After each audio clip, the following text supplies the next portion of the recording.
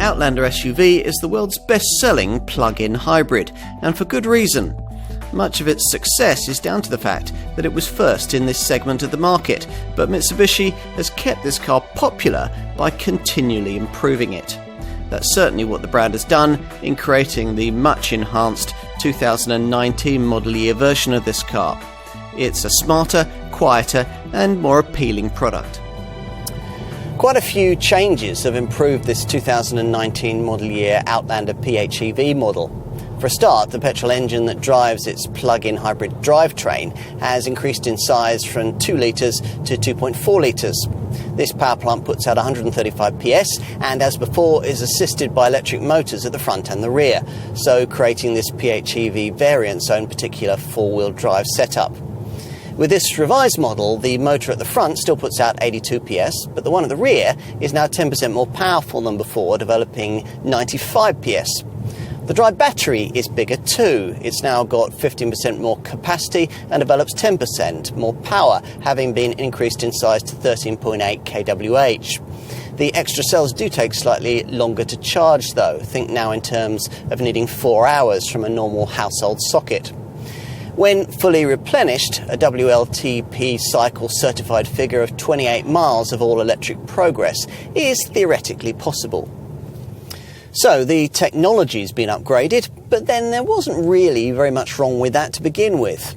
In improving this car, Mitsubishi was very aware that the driving experience on offer here also needed to be enhanced if this Outlander was to be more effective in generating conquest sales from more conventional rivals. Hence, this improved model's recalibrated suspension and a body shell that, thanks to a new structural adhesive welding process, is now more rigid.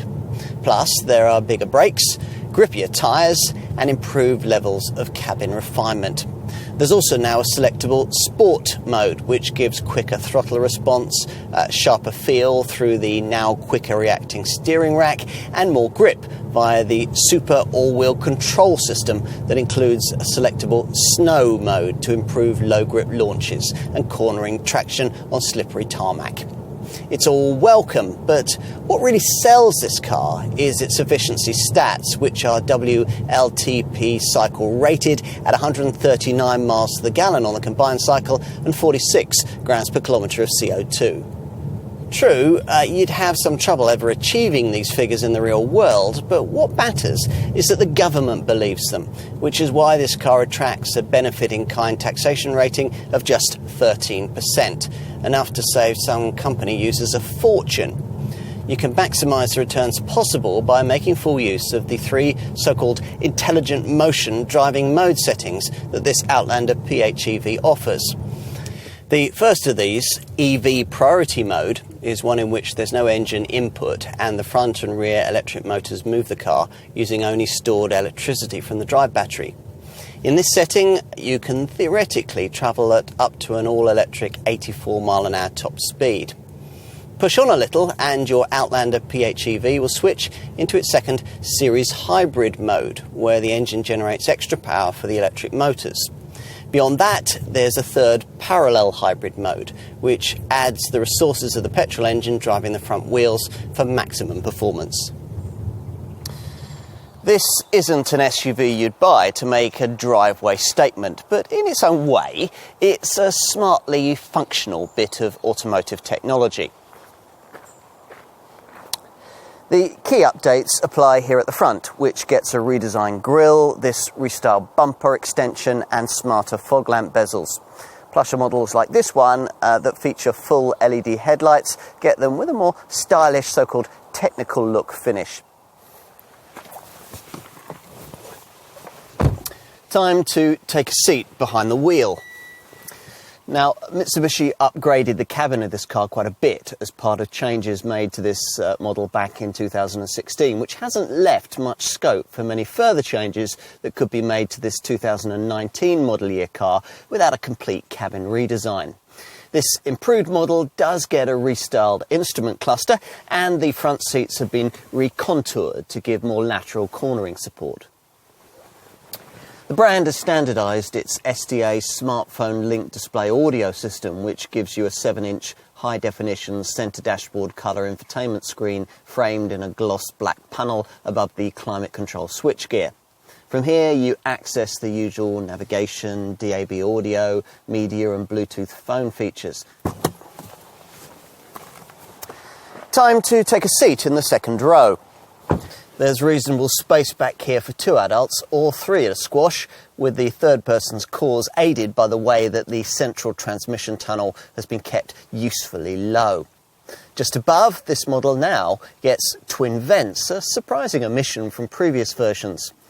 On this PHEV derivative, you can't slide this back bench forward and backwards in the way that you can on the alternative petrol variant.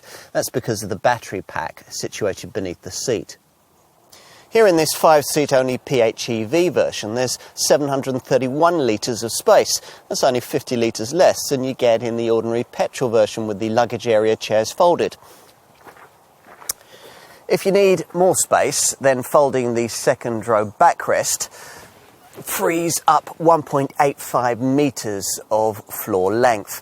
If you were to load up to the headlining, you'd have up to 1,472 litres of space in this PHEV variant. That's pretty close to the 1,608 litre total that you'd get from the conventional petrol model. There really ought to be more competition for this car by now. As it is, most of this Outlander PHEV model's rivals still campaign primarily with smoky diesel power, which will be no good to you if you're seriously troubled by questions of company car taxation and forthcoming emissions legislation.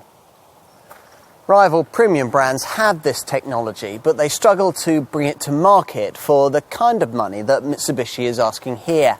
Of course, since the abolition of the government's plug-in car grant, this Outlander PHEV no longer looks quite as affordable as it once did. But it still makes sense against a premium badge D-segment SUV rival. If you've never thought much of electric mobility as an automotive solution, we think it might still have the power to convert you.